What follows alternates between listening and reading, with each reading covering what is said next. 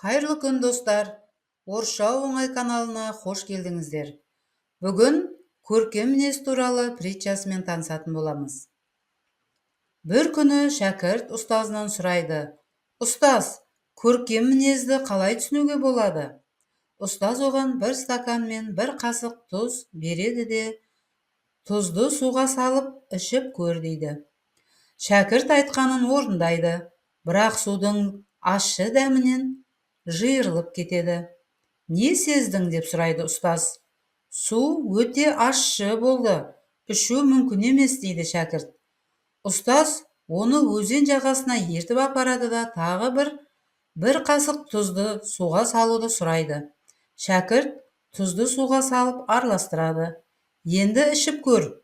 Шәкірт өзеннен суды ұрттап көреді. "Қандай дәм сездің?" деп сұрайды ұстаз. "Су таза әрі тұщы" дейді шәкірт.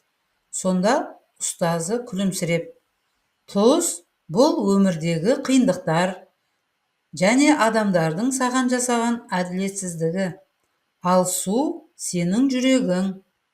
Егер жүрегің кішкентай стакандай болса, әрбір қиындықты ауыр қабылдайсың. Ал егер жүрегің кең, өзендей болса, кез келген қиындық сені өзгерте алмайды. Көркем мінез жүрегіңді кеңейту, сабыр сақтау, бәріне мейіріммен қарау" деген екен дана ұстаз. Енді осы мәтінді жақсылап оқып, орыс тіліне аударып оқып беріңіздер. Келесі сабақта кездескенше, қош сау болыңыздар.